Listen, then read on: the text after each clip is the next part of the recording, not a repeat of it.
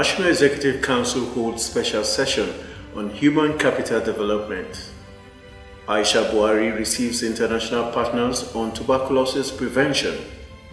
Christian Association of Nigeria marks Day of Prayer for DAPCHI school girl. Welcome to the news at this time on television Nigerian. I am Anthony Momodu. The National Economic Council, headed by Vice President Yemi Osinbajo, during the week held a special session with focus on human capital development as a critical component of Nigeria's future economic growth. The event made a case on the need for governments to prioritize investments in the health, education, and infrastructure. Our correspondent has more on the event. Facing facts so that progress can be made is more important, as observed by a presenter, the Minister of Health, Isaac Adewole, who says the country has made limited investments in the health sector, which had led to some challenges, especially with high mortality rates. The present government, he says, is changing the narrative by embarking on several initiatives. About 70% of Nigerians will have to pay out of pocket when they are ill. And this is the most challenging aspect of the Nigerian health sector. Minister of Education Adamu on his part says investing heavily in education is the only panacea to the challenges associated with rapid population growth as witnessed in the country. The country that succeeds is the country that develops it. The two visiting philanthropists and development experts in their separate presentations had similar positions to that of the minister, highlighting that though at par with present policies of government in addressing identified issues, deviating from the developmental plans would spell doom for the future of the country. But growth is not inevitable. Nigeria has unmatched economic potential, but what becomes of that potential depends on the choices you make as Nigeria's leaders. The most important choice you can make is to maximize your greatest resource, the Nigerian people. Nigeria will thrive when every Nigerian is able to thrive.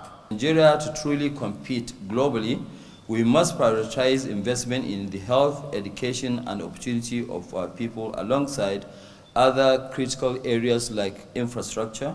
Together, these are the inputs that will make Nigeria richer. Explaining these various plans of government, Chairman of the Council, Vice President Yemi Osinbajo, says the administration is ready to do more in collaborating with all stakeholders in building a viral nation. We acknowledge that there is a lot of work ahead of us. Our education and health budgets at all levels of government are nowhere near optimal levels, but I can assure you that we possess the political will and vision to make the needed investments for today and for tomorrow, and that we are on the path of progress. Charles Ibe, TVN News, Abuja. The wife of the president, Aisha Buhari, is committed to healthcare and well-being of Nigerians, especially in the areas of preventing communicable diseases and provision of healthcare facilities in Nigeria. She recently played host to a delegation of international partners on prevention of a contagious disease and also attended the commissioning of healthcare facility in Abuja. TVN Diana Ujua has the story. Nigeria has the highest tuberculosis burden in Africa and is ranked 4th in the world, according to the records by the Global Tuberculosis Index. The record further stated that Nigeria is among the 6 countries that accounted for the 60% of the global burden, killing hundreds of people, with almost 1 million population affected annually. Against this backdrop, the Global Delegation of Stop TB Partnership Geneva, headed by the Deputy Director, Dr. Sahwa Savanan, paid a visit to the wife of the president, seeking for strengthening collaboration by bringing all stakeholders on board to stop this disease. We look to your leadership, and we will have some opportunity to discuss what we could plan here with your leadership to mobilize wives of course, governors here, but also wives of high-burden countries in Africa. The wife of the president, who is also the global ambassador of Stop TB Partnership, assured the group of our readiness to continue championing the campaign of controlling the disease. After our meeting in New York, I continued with the awareness of how to end TB. And also I keep emphasizing on that TB can be treated, is curable, and those that have the symptoms can come forward for testing. And also I emphasize that the treatment is free in Nigeria.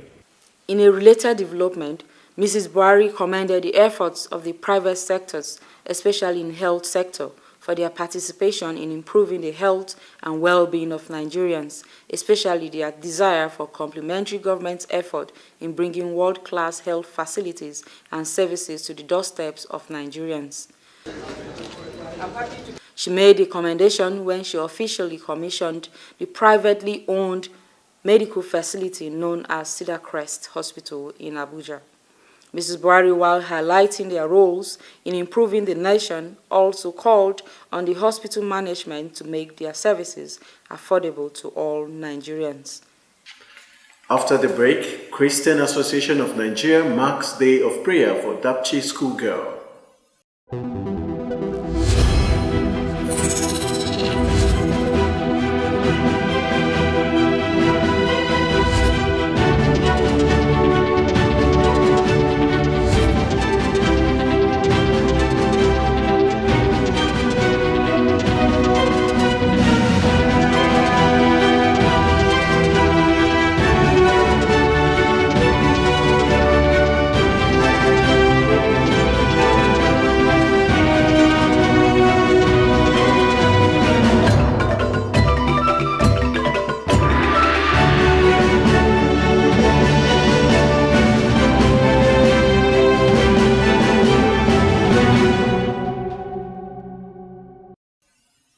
Thanks for staying tuned.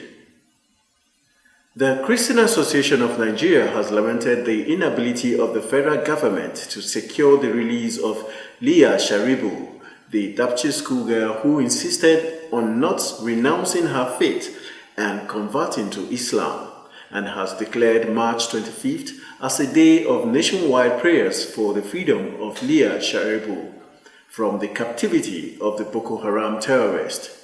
In a statement by his Special Assistant on Media and Communication, Pastor Bayo Oladiji, CAN President Reverend Samson Ayokunle noted that the life of the young girl means a lot to her parents and to many Nigerians, irrespective of their religious affiliations, and directed all churches in the country to use this day to pray for her freedom from the captivity of Boko Haram terrorists. In sports, no fewer than 150 young Nigerians are expected to contest in the first ever standing competition billed to take place in May in Lagos. The competition, tagged The Last Man Standing, is aimed at setting a world record of the longest time stood by any human being on earth. The National Coordinator Last Man Standing Competition, Nigeria, Edmond Tawiya, revealed on Saturday in Lagos that 150 young Nigerians, male and female, from the ages of 18 to 45, who have good health status are expected to contest in the competition. According to Tawiya, the winner will receive a brand new SUV as well as the first ever Medal of Resilience to be awarded by a top-ranking officer in the Nigerian Army.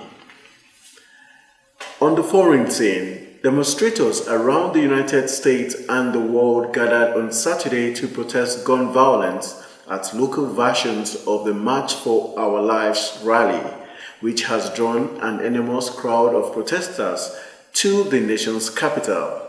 The largest marches outside of Washington are expected in New York, Chicago, and Los Angeles. Demonstrations are also taking place in Parkland, where a shooting at the Marjorie Stoneman Douglas High School that left 17 dead became the catalyst for the marches, and in Las Vegas, where a gunman killed 58 people at the Country Music Festival last year. A march is also planned in Jonesboro, Arkansas on the 20th anniversary of the shooting at a middle school that left 4 students and a teacher dead. More than 800 events are expected to take place worldwide, according to the gun control group every town for a gun safety. To end the news, a recap of the major stories. National Executive Council holds special session on human capital development. Aisha Buhari receives international partners on tuberculosis prevention. Christian Association of Nigeria marks Day of Prayer for DAPCHI school girl. That's the news on television Nigerian, and I will leave you with this thought. The greatest treasures of the earth lies not in silver and gold, but in the human intellect. Thanks for staying tuned. I am Anthony Momodu, wishing you an awesome day ahead.